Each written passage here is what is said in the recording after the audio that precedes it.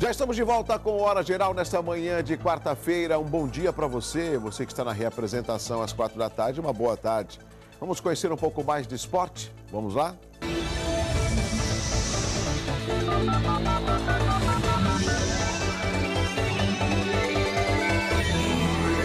O Santos demorou para exercer sua superioridade, mas conseguiu vencer o Londrina no Estádio do Café na estreia da Copa do Brasil. O Peixe ganhou por 1-0 em partida disputada na noite de ontem. Antes de marcar, o Santos levou um susto no primeiro tempo com um gol do Londrina pelo alto, mas que foi anulado por impedimento.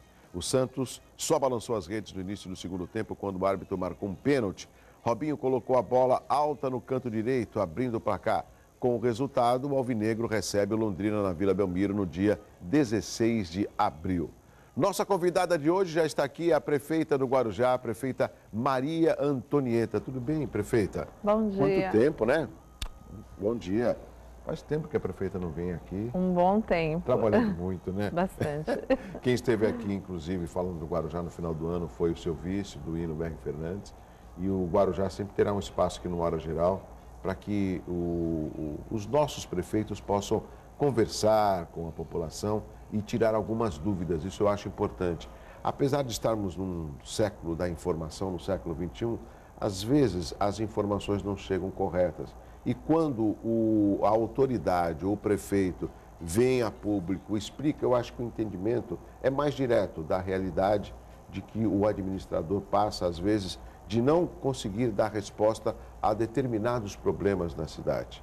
Eu estou falando isso porque ontem estava acompanhando o Jornal Enfoque e vi, por exemplo, estava participando do prefeito Paulo Alexandre e vi ele explicando a respeito do transporte com relação à nova empresa, com relação ao fato da gratuidade não poder ocorrer no momento, que aí teria um aumento da passagem. Então, a gente acaba entendendo melhor alguns aspectos para que a população possa estar ciente do que acontece na sua cidade.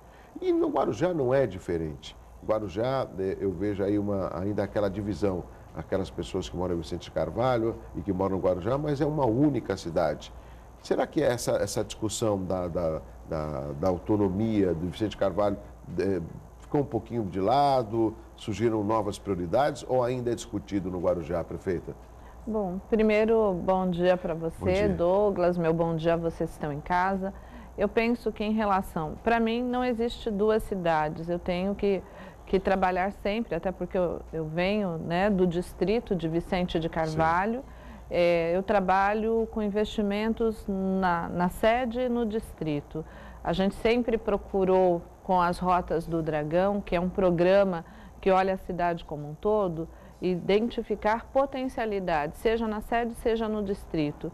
E nós criamos a Rota do Dragão Comércio, a Rota do Dragão Porto, que tem facilitado os investimentos de recursos que antes eram apenas aplicados na sede, também aplicados Sim. em Vicente Carvalho.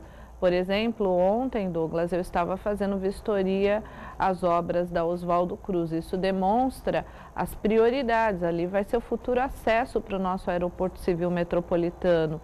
Nós estamos fazendo obras em vários trechos. Fizemos na Presidente Vargas com recursos das instâncias turísticas, do DAD, recursos próprios. Por quê? Porque hoje o olhar turístico está centrado em toda a cidade, não apenas na orla da praia. Sim.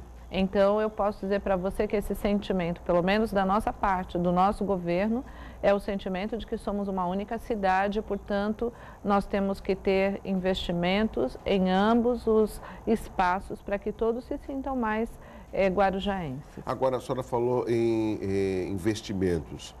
Lógico que todos os municípios, o Guarujá não é diferente, tem sempre uma parceria com o governo federal. O fato dessa dificuldade, desse momento delicado que nós estamos vivendo, com relação a essas denúncias do Petrolão, o aumento da inflação, uma arrecadação que às vezes acaba não atingindo a expectativa, a senhora acredita que Guarujá vai sofrer com algumas obras que dependam de verbas do governo federal para 2015? Olha, Douglas e telespectadores, eu não penso que seja apenas com recursos do governo federal. O problema da crise internacional chegou no nosso país agora de uma maneira, do final do ano para cá, muito forte. Nós fomos sentindo isso na queda de arrecadação no porto.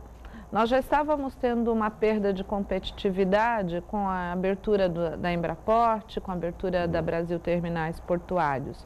Mas a questão, ela é maior, ela vem de fora. À medida que a gente vem recebendo menos cargas no nosso porto, isso mexe com a economia e mexe com a economia do Brasil inteiro. Então, nós tivemos agora, entre janeiro, fevereiro e março, cerca de 13,7% de queda de arrecadação.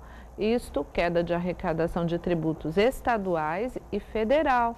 Ou seja, esse vai ser um ano difícil para todo mundo. Então, o governo federal está fazendo ajuste de contas, o governo estadual está fazendo ajuste de contas e não é diferente nos municípios.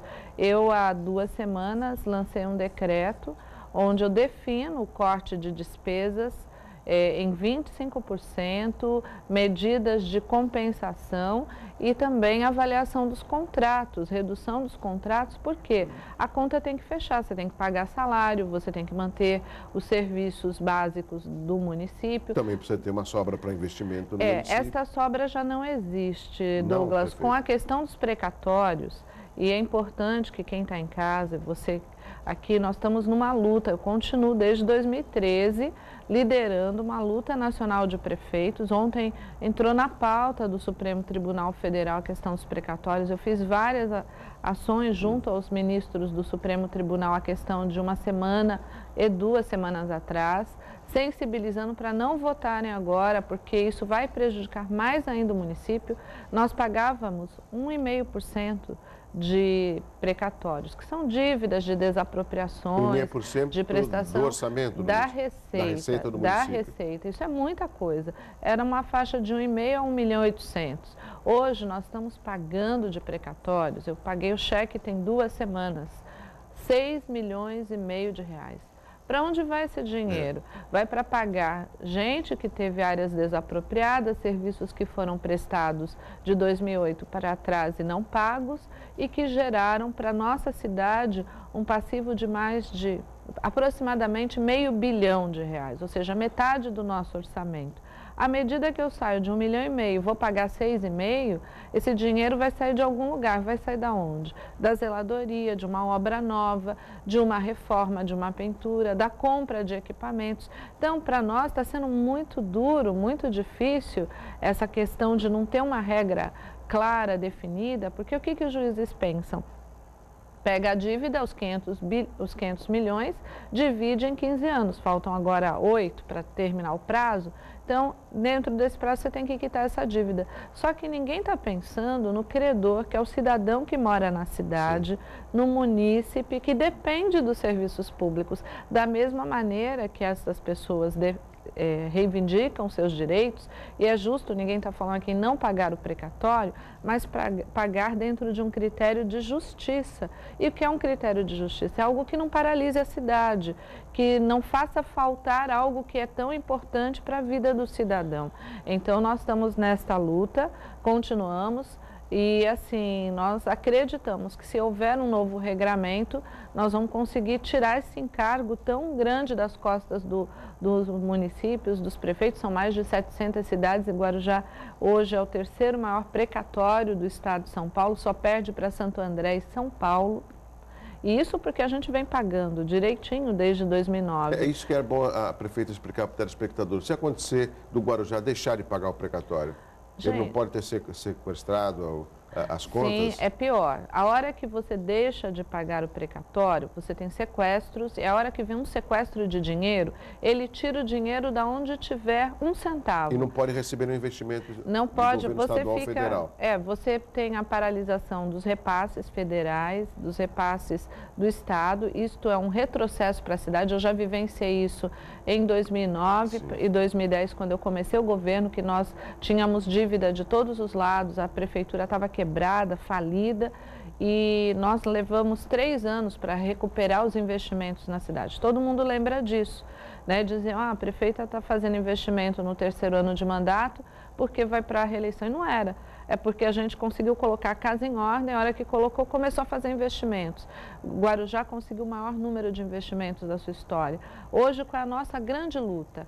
Por conta desse dinheiro que você tem que pagar, eu acabei de pagar FGTS em dezembro, dos meus antecessores, né? Estamos pagando previdência dos meus antecessores aí por mais 15, 20 anos, em dia. Se a gente começa a ter uma saída como agora, de precatório, 6,5 milhões, você sai de 1,5 milhão, 2 para 6,5, esses 4 milhões de diferença, 4,5 milhões, eles fazem falta. É isso que nós estamos passando desde 2013. Em 2013 pegou todo mundo de calça curta, porque ninguém esperava que ia mudar a regra no meio do caminho. Mais uma coisa importante, a gente vem lutando, vem batalhando para mudar a realidade, não são as dificuldades que nos impedem de buscar, de conquistar mais. Eu não canso de ir a Brasília, de ir no governo do estado, de pedir apoio. Sei que este ano, com esta crise internacional que está no nosso país hoje instalada, nós precisamos economizar e definir prioridades. A gente quer fazer todas as obras, mas não vai ter dinheiro para todas as obras.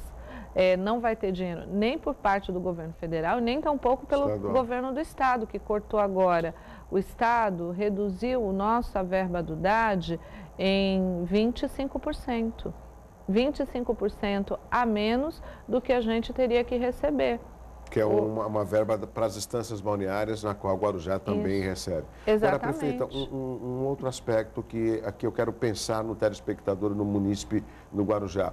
Lógico que toda essa sua análise é uma análise que todos os municípios sofrem. Não é uma análise só para o Guarujá. Isso é bom deixar bem claro. É o retrato do nosso país, do nosso Brasil.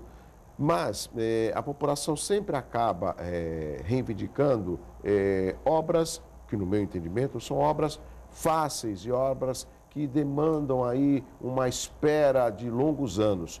Por exemplo, se a gente for no Santa Rosa, basta chover, aquilo lá fica tudo cheio d'água. Santo Antônio, em Vicente de Carvalho, alguns bairros. Como melhorar a pavimentação, o saneamento básico nesses bairros, por exemplo, que quando chove, aquilo ali vira um rio, muita água. O que falta para melhorar e dar uma resposta, por exemplo, na pavimentação e na infraestrutura de saneamento básico nesses bairros? Bom, primeiro recursos para fazer investimentos, porque não são baratos. Por exemplo, no Santo Antônio, nós vamos ter um gasto de 37 milhões de reais para poder reduzir o problema de enchentes no Santo Antônio, que é um problema de mais de 70 anos. Nós conseguimos 26 milhões no PAC, mas a prefeitura vai ter que complementar até os 37. Então, a contrapartida da prefeitura são mais de 10 milhões.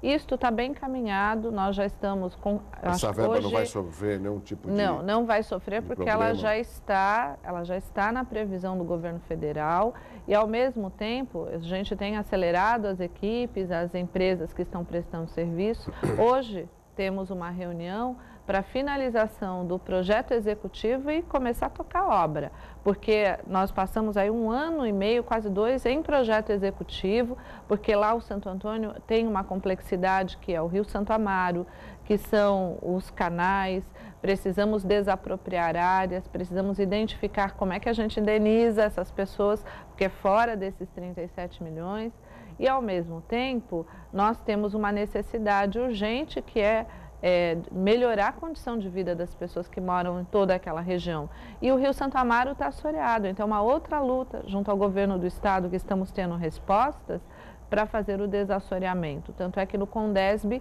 eu aprovei um recurso para análise dos sedimentos do Rio Santo Amaro, para que o DAEE possa nos ajudar na dragagem do rio. Isso vai ajudar muito, e não somente Santo Antônio, mas vai ajudar Vila Zilda, Vila Edna, que hoje não precisa chover muito para estar embaixo d'água, porque não tem mais para onde escoar. O rio e o bairro estão no mesmo nível, muito sedimento. Essa obra tem um prazo para terminar? Tem uma perspectiva? Ela tem uma perspectiva agora de início, nos próximos meses, a parte física dos canais, né? Ao mesmo tempo, você falou de Santa Rosa. Santa Rosa, nós temos ali o Rio do Meio, que tem o mesmo problema, é um rio que está assoreado, nós estamos buscando desde 2009 aí que nós tenhamos do Estado um respaldo para a dragagem daquele rio, vai resolver parcialmente a questão do escoamento, ali há necessidade de um investimento semelhante ou maior do que o Santo Antônio, então nós ainda não tivemos nenhuma abertura de recursos, seja do governo do Estado ou do governo federal, para uma obra dessa natureza, que é uma obra de macro drenagem como o Santo Antônio, e em Vicente de Carvalho, em vários pontos, nós já estamos trabalhando a questão da drenagem, até onde conseguimos ir, em todas as obras novas, em tudo que estamos fazendo, inclusive na Ademar de Barros, sempre com drenagem, refazendo a drenagem e pavimentação, porque o dimensionamento da nossa rede, em grande parte, foi dimensionada para 30, 40 anos atrás. Então, nós estamos trocando em todos os lugares que podemos, os munícipes estão vendo, estão acompanhando, trocando tubulações por diâmetros e calibres maiores, exatamente para a gente dar vazão.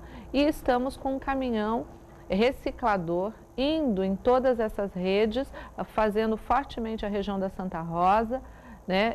Exatamente porque é um caminhão de tecnologia nova, ele limpa completamente as tubulações, ele desobstrui sem danificar a tubulação. Ótimo. E a gente consegue identificar com um robô, né, com uma câmera, se tem alguma situação de vazamento, de obstrução maior. Então, a gente está tentando responder à sociedade no máximo que a gente pode e dentro das nossas condições atuais. Como eu falei, tudo requer recursos. A gente vem fazendo um grande esforço, conquistando recursos, mas ainda é pouco diante das grandes necessidades que a gente tem na cidade. Prefeita, tem alguns aspectos, algumas obras que eu julgo importante para a região, acredito que a senhora da mesma maneira, que é o caso do funcionamento do aeroporto, que é o túnel ligando Santos a Guarujá, que são as ações metropolitanas que nas manchetes, acho que a senhora acompanhou aqui na recepção da Santa Cecília TV, que parece que é difícil essas obras saírem literalmente do papel. O VLT, por exemplo, mais uma decisão da Justiça que acabou paralisando as obras por causa do traçado. O túnel ligando Santos ao Guarujá, que era discussão com relação não só ao traçado, mas à desapropriação de alguns imóveis envolvendo Santos e também no Guarujá. Como que a senhora vê esses gargalos nessas obras que, no meu entendimento, não sei se a senhora comunga da mesma maneira, emperram o crescimento da nossa região metropolitana? A não realização das obras, né? Exatamente. Essas obras acabam emperrando o crescimento. Parece que fica tudo paralisado. A gente está trabalhando, eu vou falar um pouquinho do nosso aeroporto. A gente está trabalhando na questão do aeroporto civil metropolitano do Guarujá. É uma novela, como a gente coloca, né? Sim. Se a gente for ver toda essa história, são mais de 30 anos. Efetivamente, só em 2012 para 2013 que nós conseguimos a outorga. A outorga era um documento que nós precisávamos para iniciar estudo de impacto ambiental, fazer os estudos finais, conseguir apoio concreto para poder viabilizar isto, mas conseguimos. Nós estamos num passo bem curtinho, já entregamos tudo que o Ministério da Aviação solicitou, modelo de edital, nós estamos com uma consultoria que será ressarcida por quem ganhar o processo de concorrência, isso graças à ação do vice-presidente Michel Temer, quando conquistamos a outorga. Porque até então, até 2012, até praticamente final de 2012, nós falávamos do aeroporto, mas não tínhamos legitimidade, porque nós estávamos discutindo o tamanho da área, estávamos discutindo a passagem desse direito para a prefeitura e somente com isso eu poderia avançar nas ações. E estamos caminhando bem. Qual é a questão agora? Existe o licenciamento ambiental. Vocês lembram que quando iniciou o governo, a questão do aeroporto estava já enterrada, com pá de cal em cima.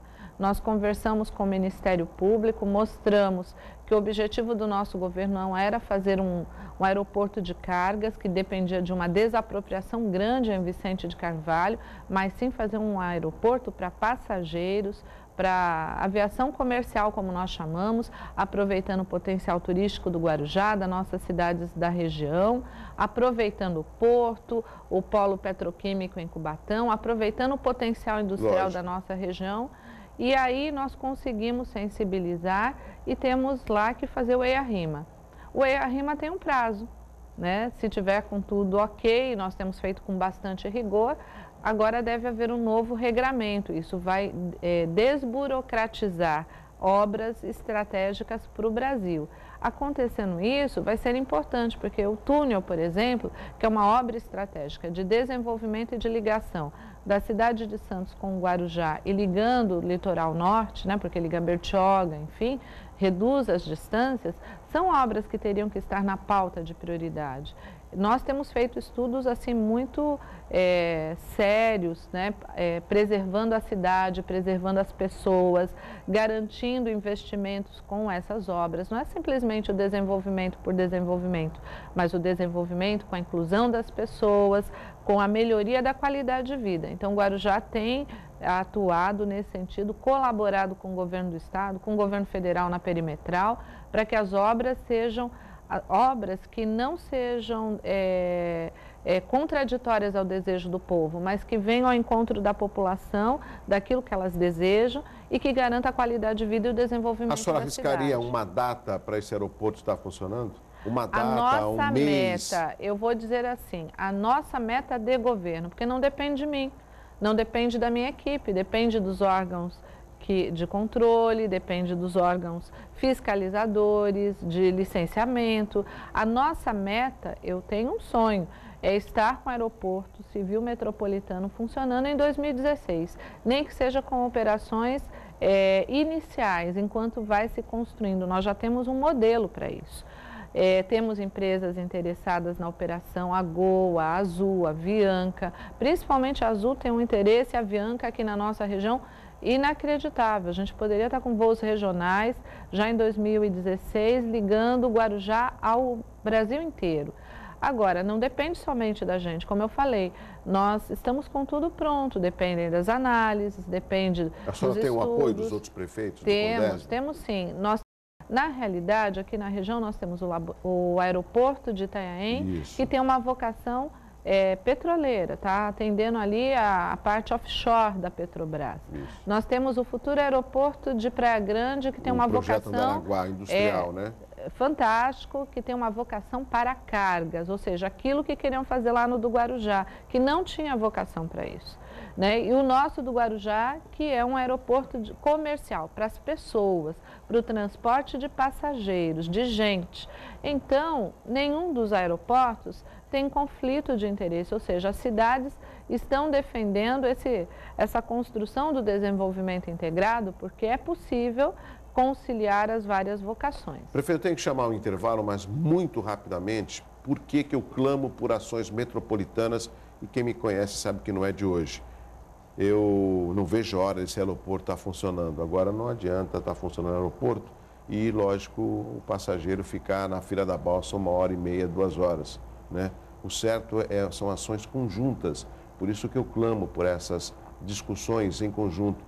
Se ele tem um túnel, ele desembarca no Guarujá, né? Ele pega o túnel, ele já está aqui em Santos e vice-versa. Então, são ações conjuntas que precisam acontecer. Nós temos trabalhado os projetos de maneira integrada, ou seja, o túnel ele vai chegar até ali, a Oswaldo Cruz, próximo da entrada para o aeroporto. Onde está sendo feita a pavimentação. Exatamente, porque ele vai permitir que o VLT no futuro chegue até a entrada do aeroporto, ele vai permitir a passagem das pessoas, dos pedestres, de um lado para o outro, dos ciclistas. Então, a gente está contemplando as vontades da cidade e o município tem apresentado isso. A questão da urbanização da prainha, da melhoria da infraestrutura, de escola, de unidade de saúde, de espaço de lazer, isso tudo integrando cada uma das obras às suas contrapartidas sociais. Prefeita, peço a licença, um rápido intervalo na sequência, o último bloco e as perguntas pelo 3041-6777 aqui no Hora Geral. Eu volto já.